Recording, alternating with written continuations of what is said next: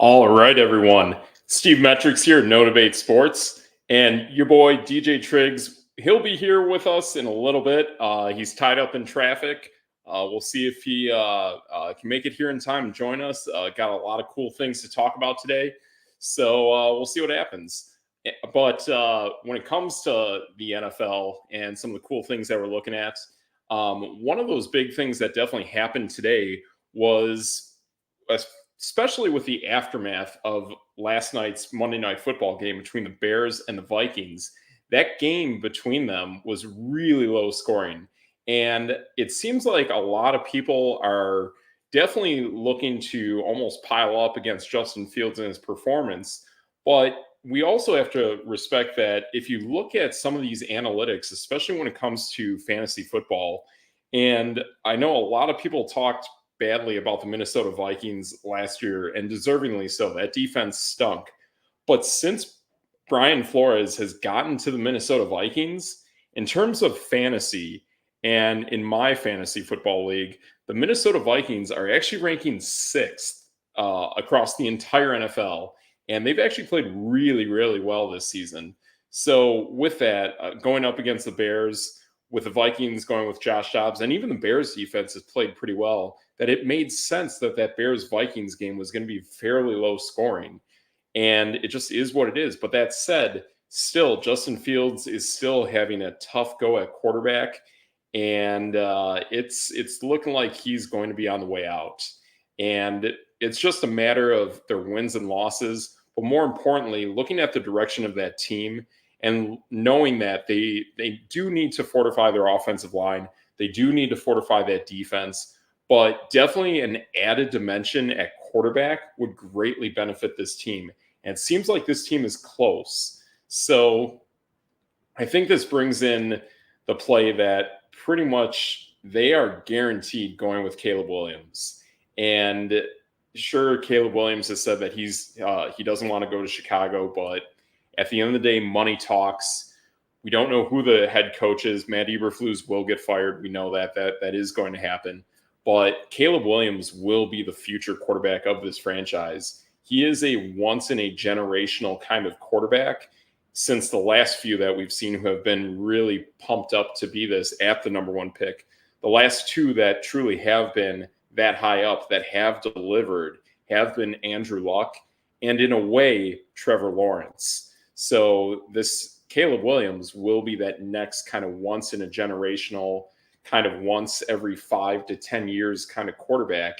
And just looking at the way the guy plays, his poise on field is very, very solid and very promising. So granted, they've had some tough games at USC, but the way he plays and the leadership he commands, and even seeing it last year in the Cotton Bowl against Tulane, I really thought Caleb Williams really showed who he is and what he'll be as a professional. So I really liked what I saw out of him, but he will be that future quarterback of the Chicago Bears. So with that, the Bears then will have Justin Fields, and they will need to unload him and get something in return. I've heard something along the lines of 1 to 2 picks. I kind of see it as maybe, depending on the suitor, this could be a kind of thing that is more of a team that I think really wants him, and someone that can really amp up that leverage. Because if it's a team that wants to bring him in, but doesn't necessarily think he's the guy, that's going to lower the compensation that Chicago gets in return. So, and even from a fantasy perspective, when it comes to Justin Fields, is he going to be that tantalizing going to a team that is more than likely going to bring him competition? But in an ironic sort of way, that competition might help out Justin Fields, right? Because for him, when he really played to his best, it was once he was at Georgia and failed and then went to Ohio State and made sure that he was the guy, and he played real well. He was a solid quarterback there, and he was the guy, but he had to earn it.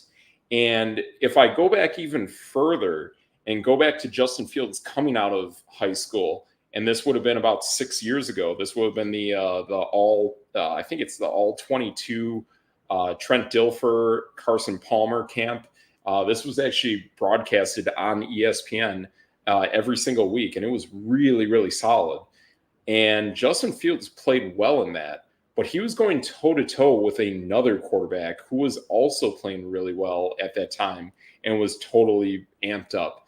And by the end of the camp, he actually beat out this quarterback. He was the number one ranked quarterback from the camp, not necessarily in terms of prospect or where he was getting the highest college offer to go to, but he did win this camp. And the quarterback he beat out, ironically, was Trevor Lawrence. So that's the cool thing about it is I think this guy, in order to really succeed at quarterback, I think he's the kind of guy that needs to go somewhere to have competition. And I think it could happen. Could it happen if he goes to a place without competition and maybe he hit the proverbial, forgot what the comparison is. I know it's Greek. It's something like a bridge or a door or something. But what it is if he hits that almost revelation moment where he needs to know that it's now or never, I think that could happen as well. Will it? Maybe not. Maybe this isn't necessarily rock bottom for him. He's had a lot of swaggeristic kind of comments, despite not really winning any games whatsoever, about saying how he's one of the top 5 running quarterbacks ever. And he probably is. But when we look at his play, I just don't think that it is at the level where it was when he was really balling out at Ohio State and where he was balling coming out of high school. And even to me, I thought the way he played last season was incredibly well, especially for like a good 3-4 game stretch. He was just top notch. He was the best quarterback in the entire NFL during that little stretch, but it wasn't enough throughout the regular season. So I think it's kind of weird. I would like to see him go somewhere to have competition, to really beat out the other guy and win. However, I do think there is one scenario that I see of this where I do think if he were to go out and have the competition, I think he would fail. Well, not necessarily fail, but he would not be the starter. And perhaps he is not a starting quarterback anymore. Time will absolutely tell. It will absolutely tell us what he is when he goes to another team. So let's look at that. Let's look at some of these teams that he could go to. And when it comes to these teams, I think there's a lot of possibility within the conference he's already in the NFC. And more than likely, too, if you think about it, the teams in that conference have seen Justin Fields more frequently than teams in the opposite conference. And those teams in the opposite conference are only coming across Chicago at most twice in maybe the last 4 years. So the majority of these teams in the AFC have maybe only seen Justin Fields once in person live. So I think if he has any kind of leverage and flexibility and ability to really rebound and start fresh in a new team as possibility of a starter, it is in the National Football Conference. So I think that's probably more than likely, but let's take a look at that. So let's start to take a look at some of these teams here. And let's start in the AFC before we get to the NFC. And let's start knocking off some of these teams that we think would possibly have a shot at acquiring Justin Fields. So the team that I like to start off, well, we'll just start at the top of this list, and let's go conference by conference. So here we are on ESPN looking at these teams division by division, and let's start in the AFC East, right? So if we look at the top 2 teams in the division, if we look at Buffalo and Miami, it's just not going to happen there, right? So Miami has Tua Tagovailoa. Buffalo has Josh Allen. Those guys are franchise quarterbacks. Maybe Tua, not so much, depending on his health. That could be a thing. And ironically, that could be a thing. If Tua were to go down and they need someone who can implement that offense, who can be fast, who has a cannon, who can really be dynamic in that offense, maybe that would actually bring a backdoor chance on Miami. That would actually be sneaky. If you find maybe some sports book that says possible future team of Justin Fields, Miami would be a super spicy pick, depending how those payouts go. But that could be a scenario where, granted, right now Tua is healthy, but you never know. You never know what could happen to Tua's health with a concussion or possibly a hip injury. Those are massive things that Tua has dealt with that hopefully everything goes well moving forward, but that's a big ask, right? So there's something there. If I look at the last two teams, right, the Jets and the Patriots, whoa, that's a lot of highlighting. But let's look at it like that. Okay, still a lot of highlighting. But you get the picture. I'm talking the Jets and the Patriots. The Jets, that's a mess. That is a total mess. Time has passed. We've seen the season play out. We know what's going on there. Robert Saleh is a great coach. Straight up, I love the swagger that guy brings. I think he's got a lot of D'Amico Ryans, and granted, they're both from San Francisco, so you can see how that culture has transpired. But the rest of the Jets, the team, the owner, possibly the GM, I would think the GM is part of this as well. But I really don't like what is going on there. And that's a tough franchise, tough city to play with.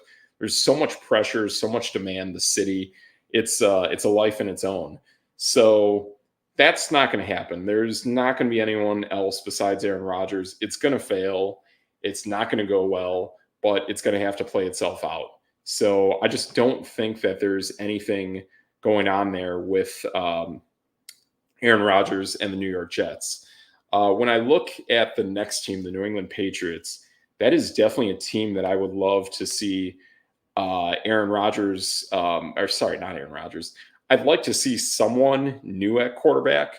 Mac Jones is not the guy. Bailey Zappi's not the guy. But they do have Malik Cunningham. And why they're not playing this guy at this point is absurd. He is clearly the best quarterback on the team.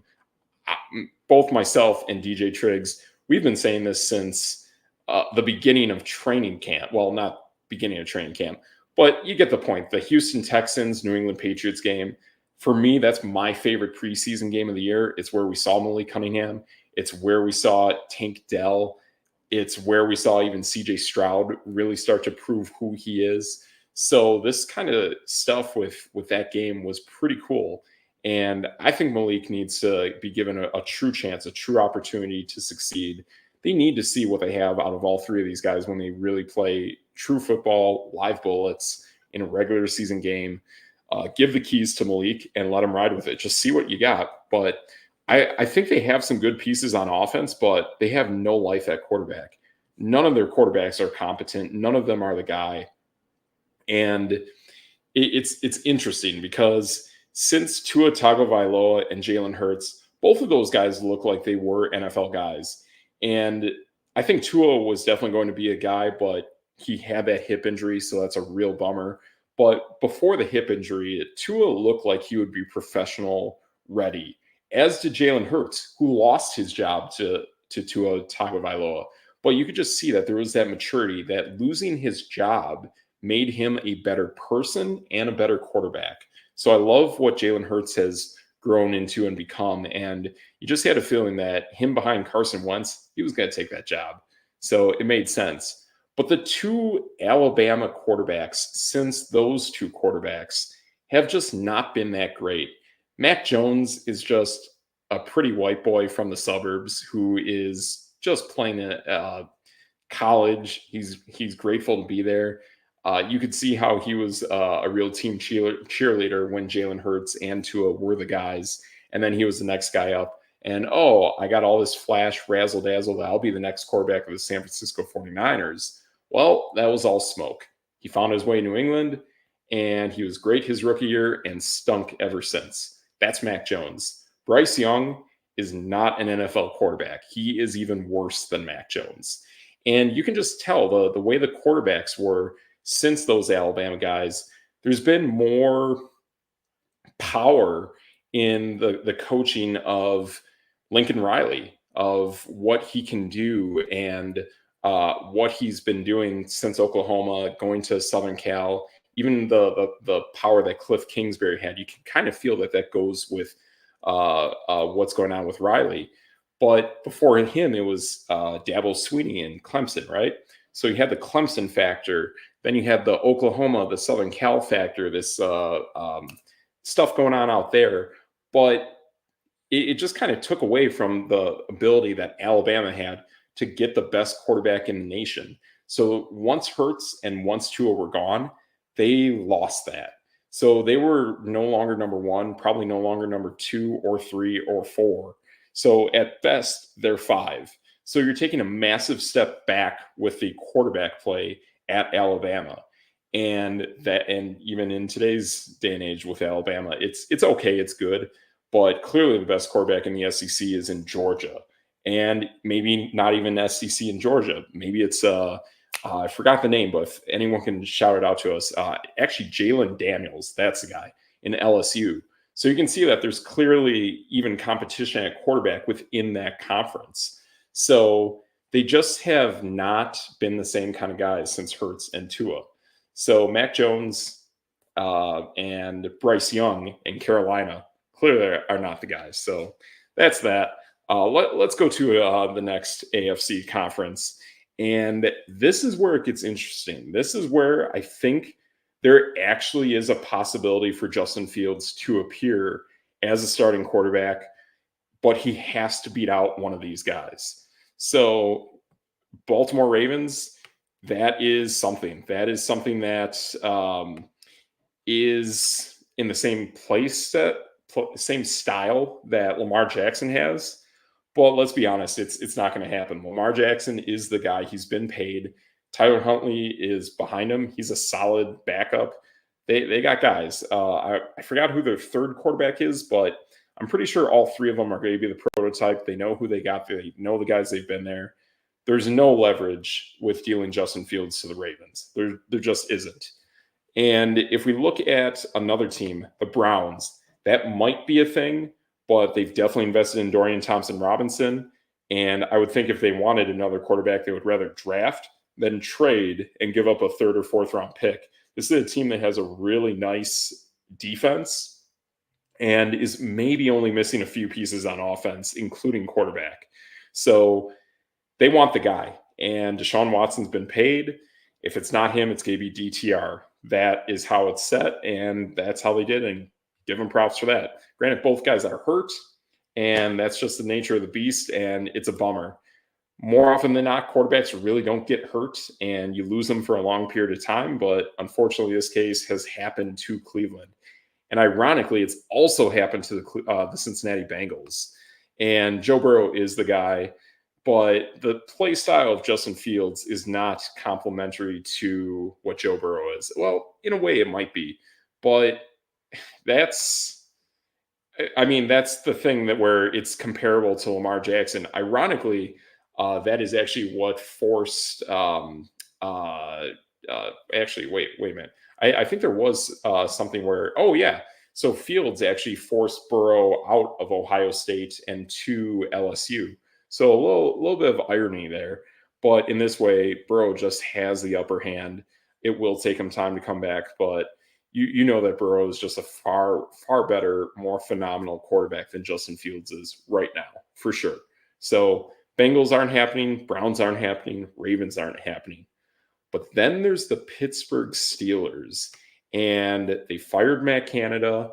They have Kenny Pickett, but Kenny Pickett's style is very similar to Justin Fields, and so is Mitch Trubisky, but Trubisky's not that great. Oh, what if they brought in another former Chicago Bear quarterback in Justin Fields? Fields is a guy who, yeah, he could beat out both those guys. And whatever happens, whoever they figure out who their best quarterback is from amongst those 3, I think that could be very beneficial. The only thing there that I see being different is Kenny Pickett. And how about that? There's our guy. There's our guy, DJ Triggs. There he is. Whoa. I thought I heard something pop up. So, yeah, there he is. It's your boy, DJ Triggs. How about that? Yeah, most days. most days. But, yeah, glad you're here, and glad you're ready to go. And, yeah, I've been kind of going through some of these teams that I think Justin Fields could be a part of. And I got through the AFC East, and I got into the AFC North, and I only really have one team from each division. In the North, I'm going through it right now. I think the Steelers could be a possibility because the Steelers have just Kenny Pickett and Mitch Trubisky, and they're not committed to either of them. And they're all on like cheap rookie contracts. And Fields has a play style similar to both those guys. I think he could be very complimentary, and he could beat out both those quarterbacks. Yeah.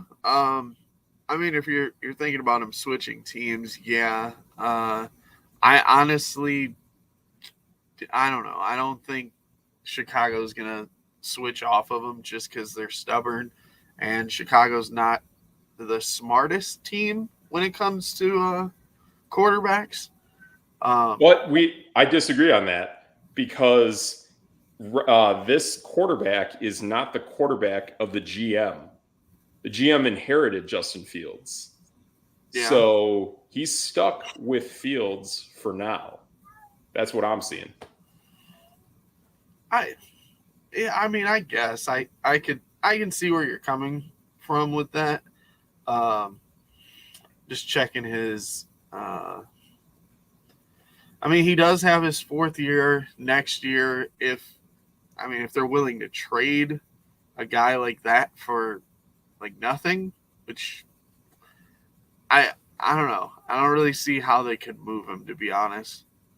So I think it would have to be a team that would be really willing to give up something.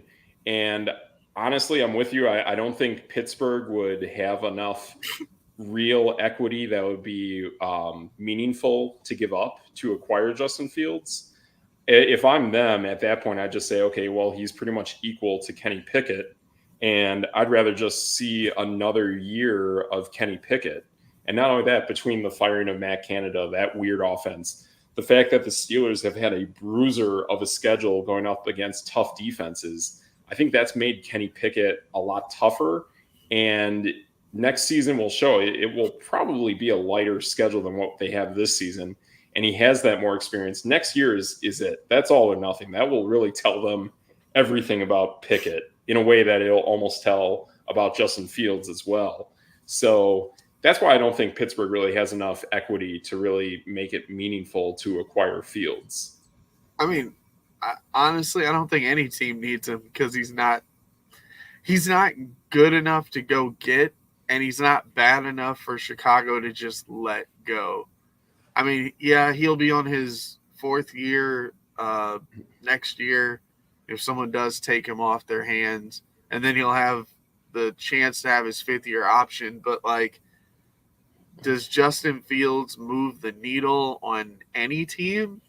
Not really. Yes. I mean, there's one team he will. He barely moves the needle on the Bears. So, I don't know. But the Bears don't have playmakers. They really don't. I mean, they just have DJ Moore. They went out and got DJ Moore. Darnell Mooney is he's not horrible. He's not great. Chase Claypool they went out and got. He was solid with Pittsburgh. He's horrible with the Bears. No, Chase ain't even on that team. Khalil Herbert's pretty solid. Like they have playmakers. I mean, they're not loaded like, a Philly or anything, but no, I don't think there's too many teams that are super loaded. Like, if you go through every team, like the Buffalo Bills, they have a star wide receiver, a solid tight end, and that's it. But they have the best quarterback in football. In almost all honesty, it is Josh Allen. No, I won't agree with that. Josh Allen's he's not the best. That's insane. I mean, he just annihilated the Jets, and he played incredibly well this past weekend. I mean, I'm not the one to say that he's the MVP, but in terms of just explosive ability and ability to tear apart a defense right now, I would say he's got to be at the top. Him and Stroud and Dak Prescott and Jalen Hurts It's like that group of Oh four no, is right up there. I was with you until you said Dak Prescott. That guy But is he's playing that. it, man. Yeah, but Like, it's also he's okay. Like he's playing against terrible teams. Dak Prescott, when he plays against a good team, does not. He's bad. hey, that's fair. And like he's definitely a B level quarterback, but he's playing at a level in plenty of these games, and I totally give him that. But it's just that like, I mean, there I just can't believe that the Dallas Well, Cowboys are this good and have had almost zero production from Tony Pollard. but Like I they're don't. doing I it don't. all with Dak Prescott. I don't. I can't. Okay, so it goes to my like Lions kind Yes, of deal. I get So it. Cowboys, they beat the Commanders by 30. They Yeah. beat the Panthers by 20. They beat the Cowboys or the Giants by 20. They lost to the Eagles. They beat the Rams by 20. They barely squeaked by the Chargers. They got blown out by the 49ers. They beat the Patriots by 30. They lost to the Cardinals. They beat the Jets by 20. Like they beat all the bad teams and then they lose to Seattle. Like they or no, Seattle was preseason. I'm sorry. Like they basically beat up the really bad teams and they blow them out, and then they get the doors blown off them when they play against a good team. It's been the same way for like the last 4 or 5 years. Oh, absolutely. I just got to say, there's got to be something. There's definitely something good going on with Dak's play because he's completely gone the opposite direction with his interceptions, and the fact that they're doing this without pretty much integrating Tony Pollard into this offense whatsoever until the last few weeks, plus the first game of the season, to me is really impressive. He may not be the best quarterback in the NFL, but with the way he can play in certain games, and granted, yeah, some of those defenses he's going up against are not that great, just like the Lions.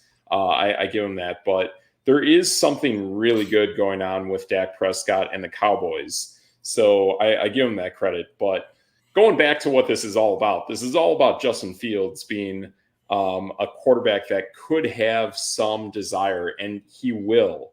I just think that no matter where he goes, it's going to involve competition at quarterback. And it's not going to be something that he can just fall into like he did in Chicago. I think there is a team that would be willing to give up compensation. I mean, look at Trey Lance, who is in Dallas.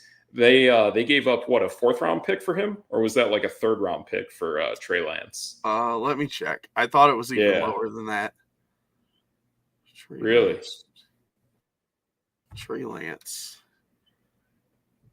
Is that, I mean, when the Dallas Cowboys did that, everybody in the world was like, oh, yeah, it was a 4th-rounder. But Okay, everybody was like, what in the world are they doing? Because, but I mean, a lot of people thought he was going to take Dak Prescott's spot. well, it's possible because I still think at the end of the day, and this isn't being talked about as much as it should be, there is a serious concern about the longevity of Dak Prescott because essentially he has basically torn his muscles from his throwing elbow all the way to his non-throwing shoulder. So we're playing with father time to like the extreme when it comes to a quarterback, to the extreme that unfortunately Joe Burrow had what happened to him, but that's not really father time kind of thing, I think. But Dak Prescott's got, man, I feel like that hourglass is really moving that sand quick. So I think this is a team that has to figure out, hey, what's our heir apparent to Dak Prescott sooner than later kind of thing. And I like the way Trey played in San Francisco, actually. I think he deserves another opportunity, kind of like how Justin Fields does. But he has to work at it, and you have to be a better quarterback, play better, learn more, learn how to be more of a professional in a way that Jordan Love is kind of doing that with the Green Bay Packers. So if Trey Lance goes to Dak Prescott's team for a 4th-round pick, if Justin Fields goes to a team that has no answer at quarterback for the moment, but has playmakers galore surrounding that team, then he absolutely is worth more than a 4th-round pick. Not much, but he is definitely in that 4th round ability. And I would actually say if a team has no quarterback but has playmakers galore, I would then bump that up to a third round, not a second round, not a first, but it absolutely has the ability to move it up to a 3 or do some kind of combination of maybe like a 4 this year, maybe a 5 the year after that, or a 4 also the year after that. Some kind of a ability like that, I think, is going to happen. And we'll speed this up, not go through all the teams that we're looking at.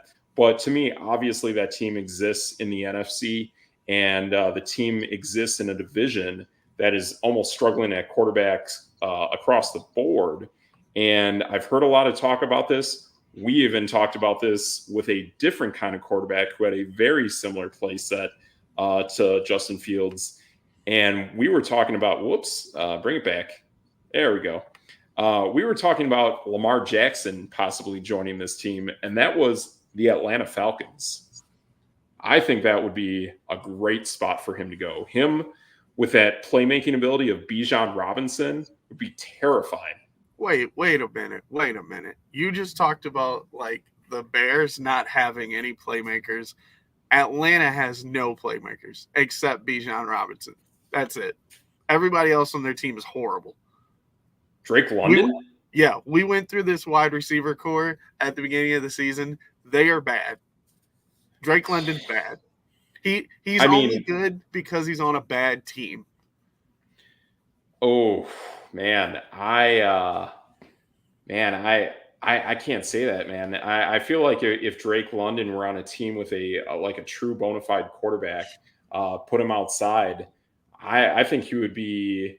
I think you have a point that he could be a powerful 2, not necessarily a 1. Like I don't put him up there with like a CeeDee Lamb or a Garrett Wilson, but do I put him up there with like almost the likes of an Amari Cooper ability? I could put him up there like that. Yeah. I don't know. I think Drake London is he's bottom tier of starting wide receivers. Bottom tier of starting number 1 wide receivers? Yeah. Sure. I'll give you that. So then that puts him as a low end 1 outside or a higher end 2. I think there's 2s that are better than him. I think that's possible, but with a guy with that kind of size, ultimately that size does prove what it is. He's had a few injuries. He's had a few concussions, I want to say. But for the most part, maybe a low ankle injury here and there. But other than that, this guy's pretty healthy.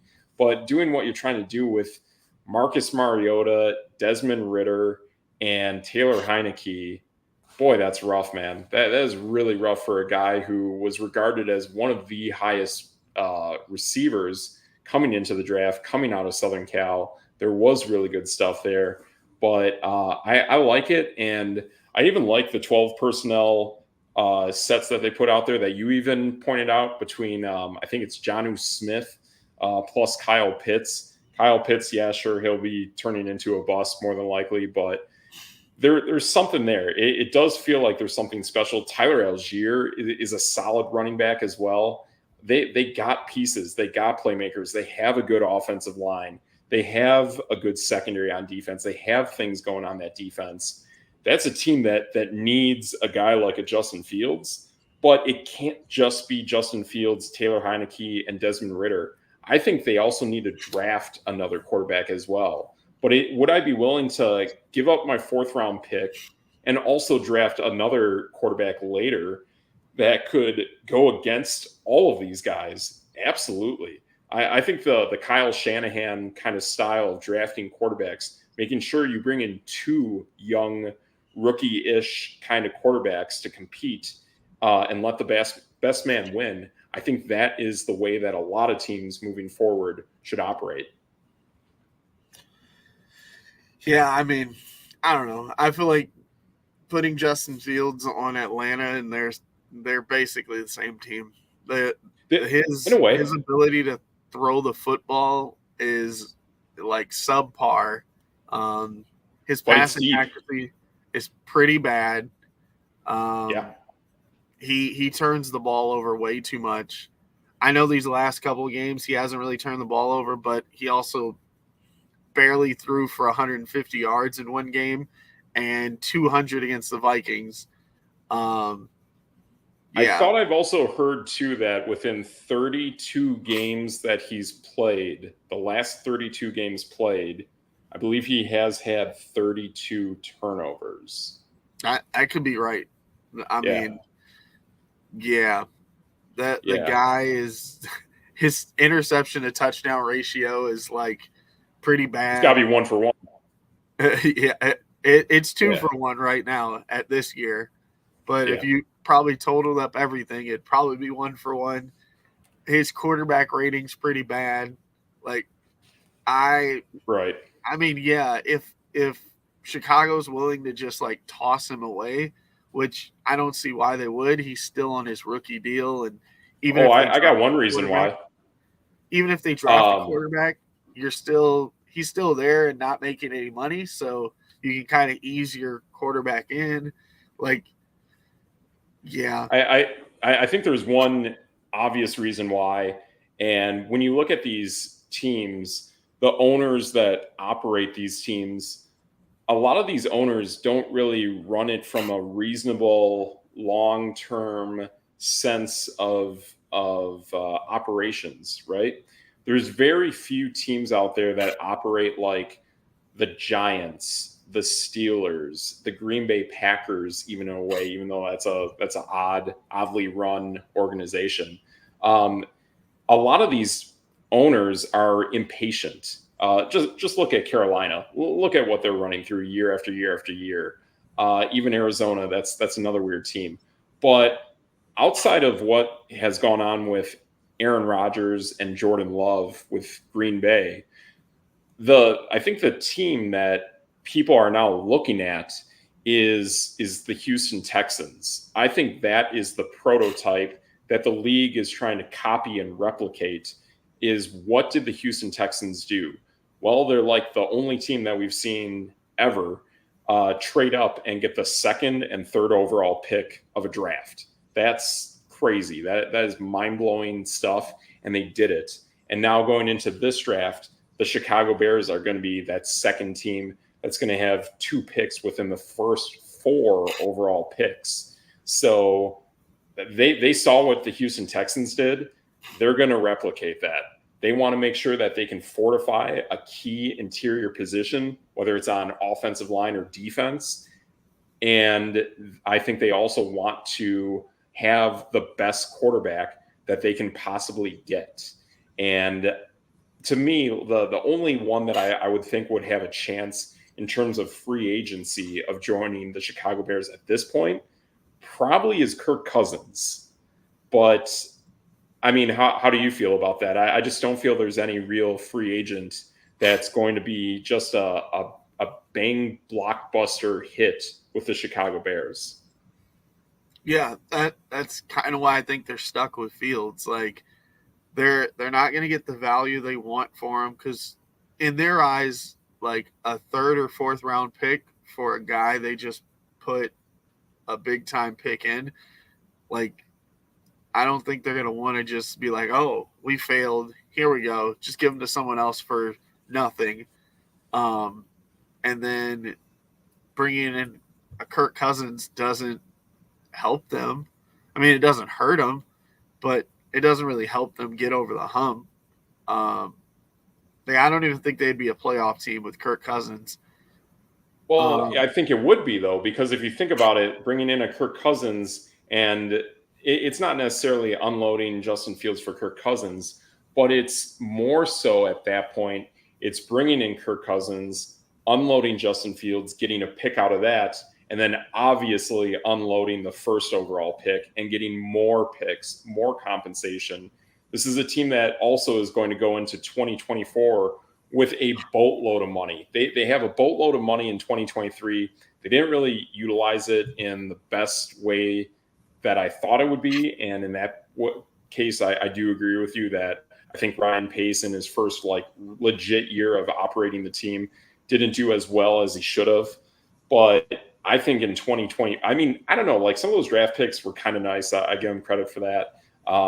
they had to unload Roquan Smith. It just was what it was. But man, bringing like if that's the way to go, I think it's a smart way to go because you just kind of know that it's not going to cost you too much money to go with Kirk Cousins. But I think admitting that Justin Fields is a failure is not a bad thing. And especially in professional sports and even in business, admitting that you failed at something is a great way to move forward. And it's a great way to move in the right direction and eventually achieve your goals. And I think that's exactly what the Bears need to do. You have to admit that Justin Fields failed. I agree with all of that, but that's not how NFL teams work. We know that. They will hold on to their quarterbacks until and it's only quarterbacks. They will cut ties with every other position, but quarterbacks they will hold on till the wheels fall off. I mean, I'm just looking at the teams that are up there right now, right? The Giants with Daniel Jones held on to him way too long. Washington held on to basically every quarterback in their history for way too long. But even recently, they've cycled through quarterbacks pretty quickly between Wentz, Heineke, and Sam Howell. They've made sure to go through those three pretty quickly. I give them credit for that. I don't, because it still didn't work out. They just kept going to even worse quarterbacks. They probably should have just kept Wentz. Detroit held on to Matthew Stafford for way too long. Look what happened to him. As soon as he left, he wins a Super Bowl. Absolutely. Minnesota has just been recycling Kirk Cousins for way too long. Atlanta gave Desmond Ridder another shot. That dude's horrible. But he's on a rookie deal. He's on a rookie deal. I know. And that's what I mean about Justin Fields. They're going to do the exact same thing as Justin Fields. Tampa kind of ran through so many dudes. Carolina kept Cam Newton for way too long. But hold up on that one, because that one I absolutely will disagree with, because the moment they turned the page from Cam Newton, they went to Sam Darnold, and they saw that failed, and they moved off of him as quickly as they could. But he was already a project too, though. But he was a first round pick. That wasn't their pick, though. Oh wait, my bad. No. I'm mixing him up. Yeah, that wasn't their pick. That was the Jets. So who I feel like I'm missing a quarterback. There was some horrible dude after Cam Newton, but they let him play for a year or two, and then it was just okay, here's the next guy. San Francisco and Jimmy Garoppolo, they held on to that guy for way too long. Seattle basically was hey, Russell Wilson, do whatever you want, just rip our team apart. Every quarterback, look at Arizona and Kyler Murray. That was a fail, and they paid that guy. They did, and I disagree with that. But that is a team that absolutely did move off of a rookie quarterback as soon as they could. They drafted Josh Rosen. Yeah. That did not work. I don't fully agree with that move, because I would have liked to seen another year of Josh Rosen plus Steve Wilkes. And definitely people know how I feel about that. And look at San Francisco, because it's proving itself, and look at Carolina when Wilkes was there and what they are now. But they moved off of Josh Rosen quickly to go to Kyler Murray, who was a potential generational kind of quarterback. And he was. And I give Kyler Murray a lot of credit before he really tore his ACL. That guy just had something special about him, something quick, something wild, in a way that Justin Fields does. But I do feel there are teams that do move off of quarterbacks fairly quickly. And I think Washington now is definitely one of those teams. Before Arizona gave Kyler Murray all that money, they're one of those too. And I think that's the trap where teams are getting stuck with being yep, that's our guy. Let's give him a 5-year contract and let's ride or die with him. And unfortunately, these teams are seeing the negative side of that. And you're really seeing that there's really only at most 10 quarterbacks that you can give that money to and feel legitimately comfortable that they can take you the distance. And these guys like Deshaun Watson, Kyler Murray, Russell Wilson, they're not those guys. They're not. So seeing a team that can say, you know what, we're on a young quarterback on a rookie deal, we can move off of him quickly. And even Green Bay with Jordan Love, things are starting to turn the corner. They are looking better for sure. But that's the way Green Bay structured it was very smart. He was there for 3 years.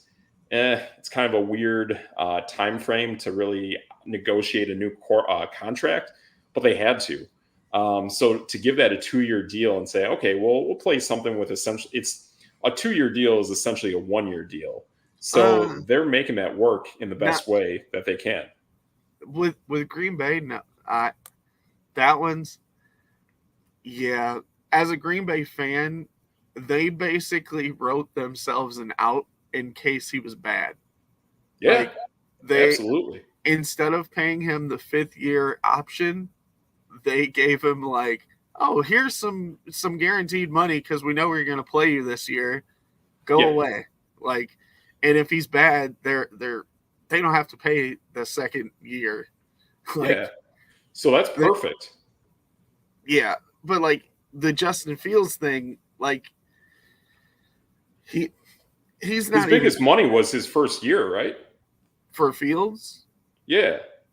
I possibly. I can check it really quick. Yeah, because I thought the way that money works coming into the NFL from the draft, I think it almost de-escalates from your first year. I think it like kind of exponentially decreases until you get like a monstrous contract where it's like, okay, well, I outperformed my rookie contract. I know I'm getting up there in terms of talent. And the two guys that really dictated that, even though Joe Burrow came kind of late, Joe Burrow does fit the bill for being one of those, but the one who truly broke that mold is Jalen Hurts.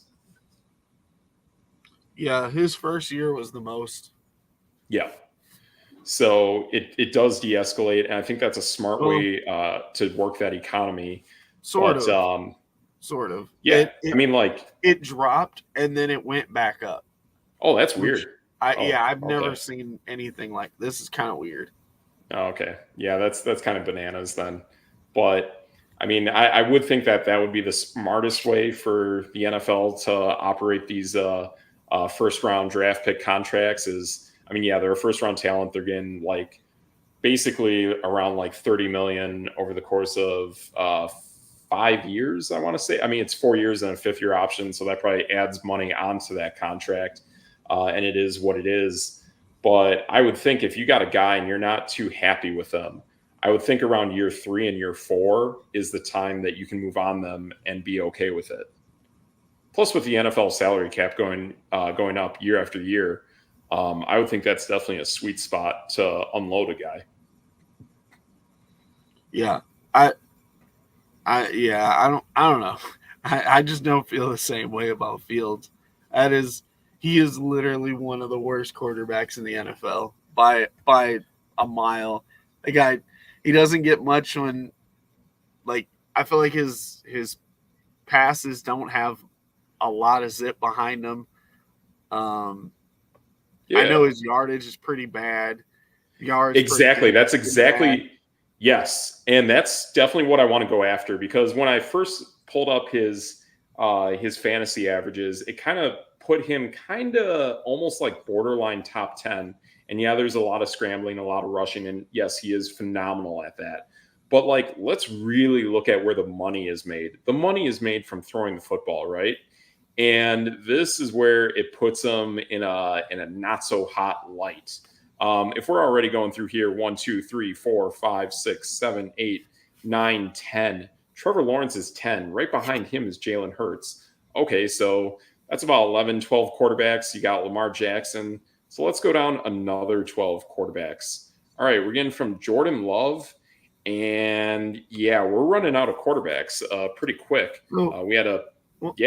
Looking at it like this, though, is kind of misleading because he did miss a bunch of games. And the number one quarterback, if you roll back up there, is like Sam Howell. So yeah, I mean, Yeah, yardage. Yeah. yeah. Like, yeah, That's you're gonna get some outliers for sure. that's why I go yards. If you go yards per game, like he Yes. is, like he's down there with Zach Wilson and Mac Jones and Desmond Ritter.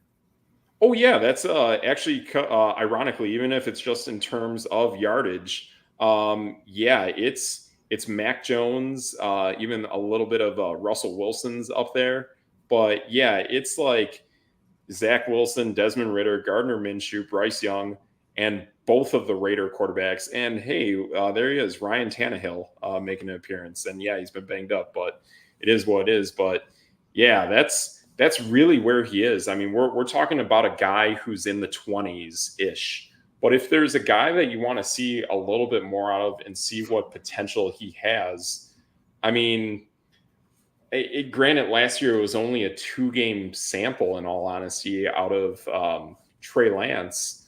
But I mean, I think this is very realistic where you would expect a guy who is in his 3rd year, not doing well, has loads of crazy potential like a Kyler Murray, but isn't making it come to fruition, is on his 3rd to 4th year in the league.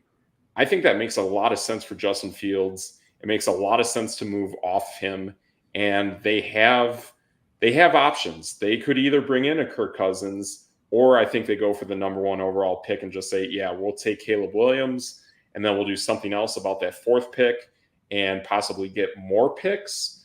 But like that's how that leverage has to be worked, and like Chicago needs a lot of things to improve, but I don't know. I just don't feel like they're that far off. I just feel like they definitely have to get better at quarterback. And Justin Fields just isn't that guy. It's Okay, just something that they're not going to be committed to. this is how I will end my last statement on Justin Fields. Yeah. So a guy in the same draft class that has the same contract, and basically I would take him over Justin Fields any day of the week, because at least I know this guy has won before, is Mac Jones. No. No way. There's Yep. nothing special from him. There isn't, but Mac Jones has at least won. He's at least made it to a playoff. He's made it to a playoff game. I think his first year, yeah. Yeah, that's true. Yeah, definitely. His first year was solid. I give him that. Mhm. But just seeing the way that guy's been benched game after game after game. They even brought up his coordinator from Alabama in Bill O'Brien. That one I definitely do not like. Oh, I've never even been a fan of Mac Jones, even at Alabama. I think his I'm rookie not year either. with the Patriots is really his best. But man, just looking at from uh, college to now, man, Mac Jones just has nothing. At least with Fields, I see a big arm, crazy running potential, and awful accuracy. That's what's going on with with Justin Fields. And I would like to see what happens if he does get a quarterback whisperer, kind of someone to coach him up. Here's another team that I think is interesting, but I think the way it's going to go is you will have a returning quarterback compete with him. But I think this is a team that I think would also draft a high-end quarterback, not necessarily Caleb Williams, but a guy who I think is going to be right up there at the top of the draft. Here's the scenario, and I think this is what's going to happen. I could see him getting dealt to the New York Giants. And there was actually even a little talk in the draft that the Giants were looking at Justin Fields as well. But if Fields were to go to the Giants, you have Daniel Jones, who's going to be fresh, like real hot fresh, coming off an ACL tear for training camp. So you have Fields, Daniel Jones, similar style. And then in the draft, here's a name that I'm going to throw out there, Bo Nix. Have those 3 guys compete. I don't think it would give up the compensation for a 3rd round pick. I think that would be at least like maybe a 5, I think, in all honesty. But that would be an interesting quarterback room. You have Brian Dable doing the most he can with almost any quarterback. But Fields, Jones, and Bo Nix, I think that could be a real possibility. But if you bring in Bo Nix, you don't want anyone competing with him. You want a vet to teach him how to like be an NFL quarterback. Bo Nix is that's a pick where you're like ready for that guy to play. Right. I don't think you want to bring in Fields to compete with a guy when you've spent that high of a pick on him either. That's the other thing that I thought about too, is like for Brian Dable to like really get the quarterback that he wants with the Giants, I think it has to come to pretty much a guy that he drafts. And it looks like too that Brian Dable has no fear like throwing, pretty much telling a quarterback flat out that you stink kind of thing. So I think he wants his guy, but I do agree with you. I don't think it would want to be a 3 quarterback race between 3 guys that are all somewhat inexperienced. I think you're spot on that should be something where Bo Nix would be in a good spot with a veteran kind of thing. But I even think you're right that like Bo Nix should be the guy wherever he goes. And in the same way that Caleb Williams will obviously be the guy wherever he goes. But I mean, just looking at how like the Carolina Panthers started this season where they were kind of like tutoring Bryce Young, well, that didn't work. But it's just a different style of going about that than like to me, which is the best way of developing a quarterback, which is what the Green Bay Packers are doing with Jordan Love. I think that is truly the best way to nature or nurture a quarterback and give him success. Yeah. I don't know. Bears just draft another quarterback and he'll be bad too. So, well, if they take Caleb, I don't think so, man. I think if Caleb Williams is the guy, that changes things. I think Caleb Williams, and we pointed this out before. If you put Caleb Williams in the NFC South, he is flat out the best quarterback. If you put him in the NFC North, I think he is at worst the second best quarterback. Oh, no, I can't go that high. Jared Goff's a lot better than him. Kirk Cousins is a lot better than him. And I'll give him a toss-up with Jordan Love, but he's not better than either one of those guys. But that also assumes that Cousins remains with the Vikings. From everything I've heard, he's probably going to stay. Okay. Yeah, I hope he stays. I like Cousins. I like what he's got going on with the Vikings. But man, if I'm the Bears, like I look at what the Texans did, and to me, and this is the way I really see things playing out, is the Bears do everything possible to draft Caleb Williams, but also let him know that your head coach will be Jim Harbaugh.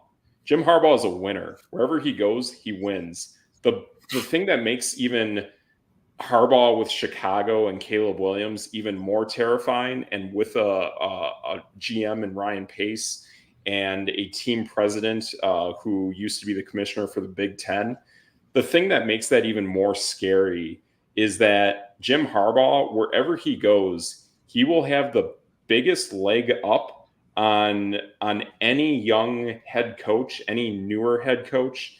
He will know the recruiting landscape for the next 3 years better than anyone else with what he's done at Michigan and competing against recruiting those players for Michigan against the Ohio States, against the SEC schools of the world, and bringing them to Michigan. And just the way that Harbaugh coaches toughness, he fortifies your defense incredibly quick. He develops quarterbacks at a really well rate.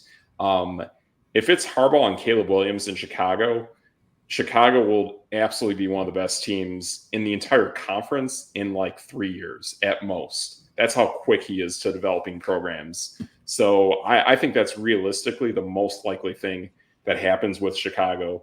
They send Fields somewhere, bring in Harbaugh after this Michigan stuff and finish the season, deal with this whole scandal, walk away from Michigan, and then basically tell Caleb Williams straight up, you're going to be the guy, you're going to be my quarterback, and let's go do this in Chicago. That's no debate. Oh, I can definitely debate that. There you go. Chicago will ruin it just like normal. I just feel though we're in a different generation of Chicago. Nope. But they have to fire the coach. Look Like at Eberflus look has what to they go. did this year. They they basically have a tight end that's, I would say, he's probably He's pretty top good. half of the league. Yeah. Their run game is non-existent. Yeah. It's done. Their defense is non-existent. Yep. Their quarterback's non-existent. Their coaching is non-existent. Their GM is like everything a part of that team is bad. Oh, their wide receivers don't want to be there. Like, Yeah. Yeah. every single part of the team is bad. They definitely got some problems. Yeah, I mean, I can't fully explain it, but to me, there just feels something. It just feels like there's something coming with that team. I can't fully explain it, but man, there's something. There's just something about this team, and I think Ryan Pace is the beginning, the catalyst to make that happen. But obviously, they got to change things. They have to, and you point out all these positions that are bad. I think, and here's the thing too: you bring in Caleb Williams, you have DJ Moore. Man, that's power right there. That is a powerful combo. But I think they have to scrap all the running backs. I do like what they have tight end between Robert Tanyan and Cole Kmet. I think that's a really nice setup there. Darnell Mooney's another great piece for the slot. So you have probably a good 3-ish targets to begin with for Caleb Williams, but there does need to be that added factor that comes back in the play on offense. And that's where I think them gaining more picks would also help. Like, absolutely, you have to draft the offensive line. You have to draft the offensive line. And maybe all this time that's been going by where you've been building up this large amount of cash, well, where should that cash be spent? It should absolutely be spent on offensive linemen and defensive linemen. Those are the most important parts of a football team, flat out. Okay, I made one mistake. Okay. So they are the number one rush defense in the NFL, but they give up they give up the 5th most points per game. Yeah, so that tells you your secondary is bad. I guess they have a good rush defense. There you go. Or, yeah, I was going to say, or it's just people just run the score up on them, and then they don't have to run the ball. Well, and simply put, too, I mean, it can really show that, like, you probably have 2 problems. You probably have a bad secondary and a bad offense. Because if you have a bad offense, now that they do, exactly. Because now that offense gets off the field sooner, just like the New York Jets, and the defense is back out there again. So I think this would absolutely be a great but what you said is pretty cool. The fact that they have that front line secure, it stops the run. I mean, I saw it in person. I saw them stop Josh Jacobs pretty handedly. I think that's pretty good. But then they absolutely have to start figuring out that offensive line on offense. And I think they have to bring in some offensive linemen to do it. And what better way to do it than spend cash? Spend money on it, because it's hard drafting offensive linemen. Sometimes they work, sometimes they don't. But if you have a ton of cash, you know who's out there, and you can bring them in, that makes it possible. So I think that's probably the direction that this franchise has been planning for the last 2 seasons. And Pace, I mean, granted, they've done some bad stuff. Virginia McCaskey is not a good owner whatsoever. But Ryan Pace went to Boston College. He's not a dumb guy. He's really smart. And I think that, like, he knew in advance that let's just call it what it is. He knew that he was stealing the first pick from the Carolina Panthers for this draft for moving off of Bryce Young. Like, he knew he was going to make that possible. So he already has shown that he can pull a fast one on a team and start making good decisions. So I think they're in the very beginning stage of really building a strong franchise. Having draft capital plus cash sets you up pretty nice. Also, the Bears are third worst in giveaways.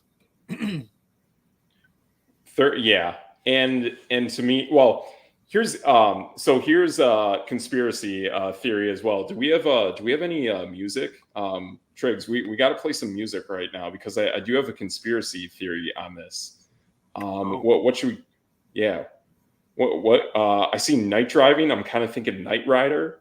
I sure. see Okay, hit it. Is that a winner? I maybe. Okay, I got it. Let's play it. See what we got. Yeah. Yeah. There we go. Here we go. So this is conspiracy music. So my conspiracy here is that the Bears hold on to Eberflus for as long as they can. So behind the scenes, they go and get Jim Harbaugh because Harbaugh has to finish the season. He has to play out what is going on at Michigan. So by letting Eberflus play out his season, they don't really have to play around with interim head coaches. They can just move forward with what they got, knowing the direction is to get Jim Harbaugh. Yeah, conspiracy music. Yeah, I like it. That was very conspiracy-ish. So, yeah, I guess so. yeah, because what team gets raided by the FBI, loses multiple coordinators, stinks, is terrible on defense, which is the side of the ball of the head coach, and he still hasn't been fired. It's weird. To me, that is really, really bizarre. And I think the only reason that he hasn't gotten fired is because they're trying to work out some stuff behind the scenes to be ready to bring in Harbaugh. Sure. The Bears will mess that up. Real quick, bringing back the conspiracy music one more time. Here's another conspiracy team for possibly Jim Harbaugh. The Buffalo Bills. That's no debate. I'm actually okay with that one because Sean McDermott's supposed to be this brilliant mind of whatever, and they don't win. So they've had the easiest division to beat up on for the last handful of years, and now that those teams have gotten better, now we're exposing Buffalo. Exactly, and I kind of feel too where there just seems like there's almost a way where it's some of these teams are 1 year too late, kind of like Chicago is now. I kind of feel like Buffalo in a way is 1 year too late of firing McDermott because and even my Raiders in a way too, people were calling for McDaniel's job last year. I feel like Buffalo would have been in a great position to unload McDermott to get Sean Payton as head coach. I knew he was floating out there. I knew that he was in a spot where he was going to come back to a team. But I'm shocked that more teams were aggressive. And obviously the team that's the least aggressive on this that screwed up were the LA Chargers. So that's all I got on that. Yeah, there's a lot of badly run teams in the NFL. I know. There are, but yeah, that was it. We got a lot of stuff and got a lot of stuff in for today's show. So I'm feeling pretty good with this for now. What do you think, Triggs? I'm down. I'm excited to go watch some NBA in-season tournament. I'm just going to call it the NBA Cup. That's what I'm going to call it. I like the NBA Cup. Who we got playing later tonight? The Bucks and Miami. Ooh, that's a big one.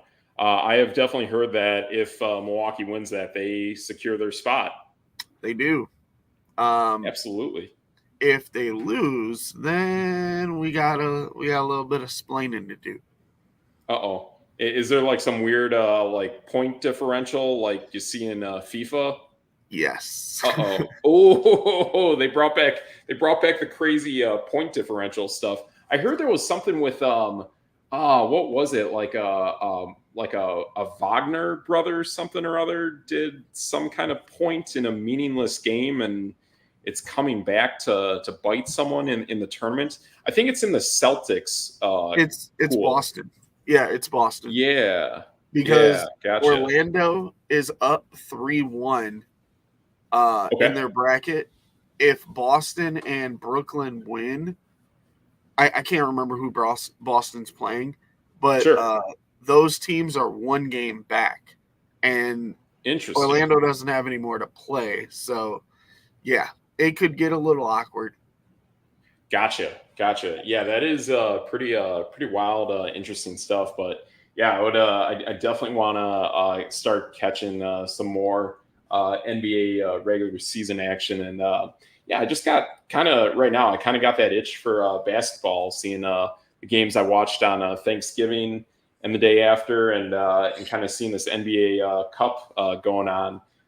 It's a cool time of year, and seeing what's going on with these games is pretty neat.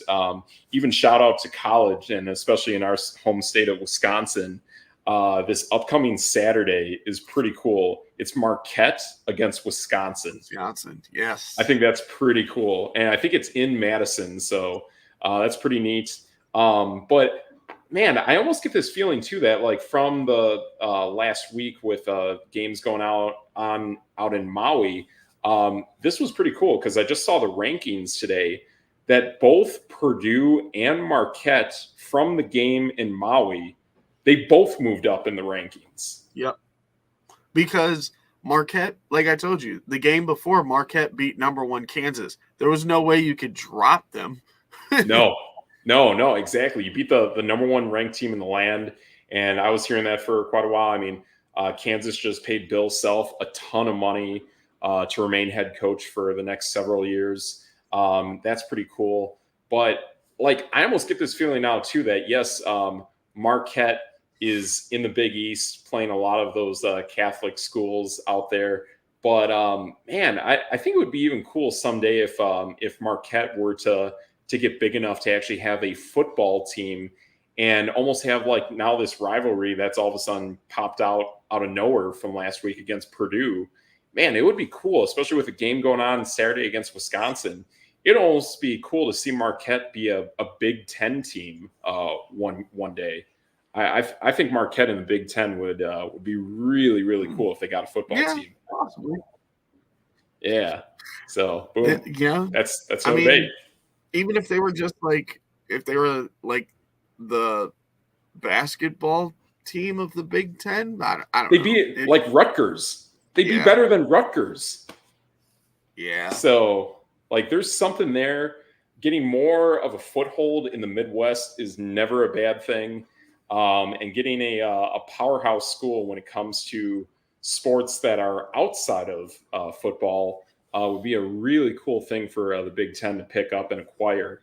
So that's something cool, and we know the Big Ten is always going to fight tooth and nail to be the dominant conference in the nation. So yeah, it's some pretty cool stuff there. But yeah, just I love all this basketball action going on between the NBA and college right now. So it's pretty cool. So boom, Yeah, that's good stuff. there's I just picked up my phone just because I was like, wait, I wonder what the score is. Sure. There's so many scenarios. Like my brain is gonna hurt. Like, yeah, the Bucks could still be through if they lose, but then New York and Miami and all types of nonsense. Just because, like, I actually think they should probably have more than 4 games. Oh yeah. Yes, I'm with you on that. I mean, granted, they're trying to do the FIFA model, but kind of expand it a little more. So they put 5 teams in a pool instead of 4. Because even those there are 5 teams. You play each team once, which makes it 4 games. Yeah, but yeah, I don't really know how they could do it. Maybe you play another pool like a cross pool.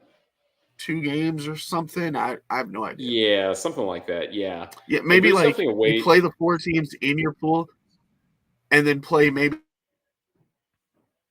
like 1 game in each other pool. So it comes out to what, like 9, 8 something. I don't know. My brain's not working. I don't know. But here's one other thing too that I think this is kind of a good test trial run for the NBA Cup is the NBA right now, if I'm right, is sitting at 30 teams. Is that right? 30? Yeah. Okay. So probably within the next 5 years, we think that number should at least bump up to 32. Yeah, Vegas and Seattle probably. Yeah, Vegas and Seattle. And I mean, I think another city that's kind of starting to be very popular for franchises professionally is Nashville. That I mean, you already got a team in Memphis. Putting a team in Nashville might be kind of a cool thing. Granted, they'd have to start thinking about other cities. Who knows what they would do to really jump up to 36? But I think you're spot on that both Seattle and Las Vegas will be the next 2 expansion teams for the NBA. So if that were the case, then they go to a present day NFL model, and then you have 6 pools of 6, right? Or wait, no, 32. The NFL. Oh, sorry. The NFL is at 8 divisions of 4. Maybe go for it'd be a lot, but maybe go like 4 pools of 8. Yeah. And then every team plays each other once for 7 games.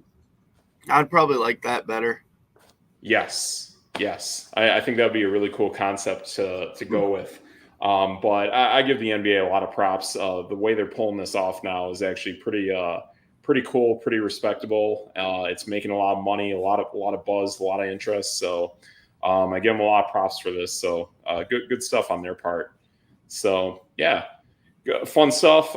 Fun show tonight. Yeah, definitely had a blast. I guess that's everything. So Triggs, what do you think? What video game you got for us today? It's a good question. I don't know anymore. Oh no. Oh. All right. There's no chance you were running out of video games. None. Oh no, never. Not even close. Nice. So this is probably. No, I'm not even gonna say probably. It is.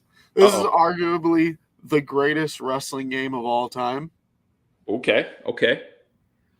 Looks like No Mercy. Yes. WWF No Mercy. Yes. Okay. Is this like the NFL Blitz of wrestling? Not that far. Like, so if you ask any wrestling fan what the greatest game of all time is, they're gonna say No Mercy. Like, okay, 9 out of 10.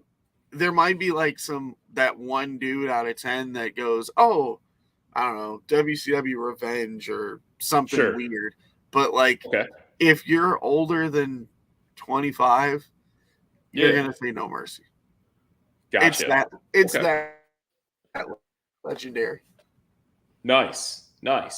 So with that, who is there anyone recognizable that we know, like who's in there? Like, is there like a Hulk Hogan or something like that, or Randy Savage? No, no, it's newer than that. It's like Stone Cold, wow. The Rock. Oh, okay. Wow, that's cool. That's good stuff. Like late 90s, early 2000s. Oh yeah, that's cool. So kind of like the end of the run for the N64 then. Yes. Around that time. Yes. Nice. That's cool. Yeah, that's really solid. And I mean, even to this day, people will always say that the N64 is better than the GameCube. So even at that point in time, the N64 was still putting out solid games. Yeah. Right. Yeah, that's good stuff. I know this is random. Before we end up here, Yeah. You were talking about like putting a team in Nashville, and I was like, Yes. I don't think that would make sense. So the Grizzlies are the 4th worst in attendance. So Oh, probably putting a team in Nashville would probably not be a good idea. not good idea. Why is that? I mean, like Nashville is uh, probably a much different kind of city than Memphis, I'm thinking. I know, but I'm sure the NBA would be like, oh, well, another city in that state is like the worst in attendance in the NBA. I don't know if they'd want to like try their luck on 2 Tennessee teams. I mean, like it's not like LA Or or relocate.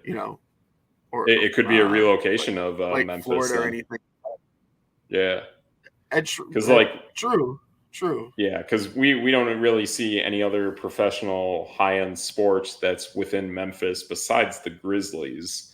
I think at that point they'd be really kind of looking at in-person revenue between the Predators and the Titans to dictate what they're kind of thinking moving forward with a strategy like that. And not only that, that's not the only league that's got plans in the mix for Nashville. It looks like Major League Baseball is seriously considering Nashville, and unfortunately, even considered our Milwaukee Brewers to moving down there. And glad that's been axed. But I could see a Nashville getting a baseball team as well. So yeah, right. Memphis has been, even though they've been a playoff team and they have Ja Morant, who's a bona fide star. They've been in the bottom 10 in attendance for the last 5 years. Yeah. Wow, man, that's a bummer, man. That is a real bummer because I like the way they brand that team. I like there's like I do like the new age culture of that team between the newest head coach and what's his name, Hubie Brown, who's a commentator now, I want to say. I've really enjoyed seeing those guys coach. Yeah. So yeah, it's just kind of a bummer that they're not getting more fan attendance there. But yeah, that's where I think Nashville has more money from the everyday person compared to Memphis, and that might be a better fit. So we'll see. We'll see what happens there. So yeah. So with that, we'll wrap up real quick. Yeah, my belt with a blue Scooby Doo, and I went Scooby Doo because even though it happened, I don't have really much of an explanation on why we've been suspended for a day from Facebook. I just don't know. I posted our podcast yesterday, and they got really upset, and woof, that incurred a suspension. So yeah, it is what it is. We should be up and running on that platform tomorrow, I'm thinking. But yeah, it is what it is. So that's what we got. So yeah, that's pretty mind blowing stuff right there. But yeah, you can catch TRIGGS and I every Monday, Tuesday, 7:00 Central on Twitter, YouTube, hopefully on Facebook next week. Cross our fingers that page is back up online come tomorrow, and we'll see what happens for that. So yeah, so for No Debate Sports, I'm Steve Metrics. That's your boy, DJ TRIGGS. And that's No Debate. We'll see you next time. There we go.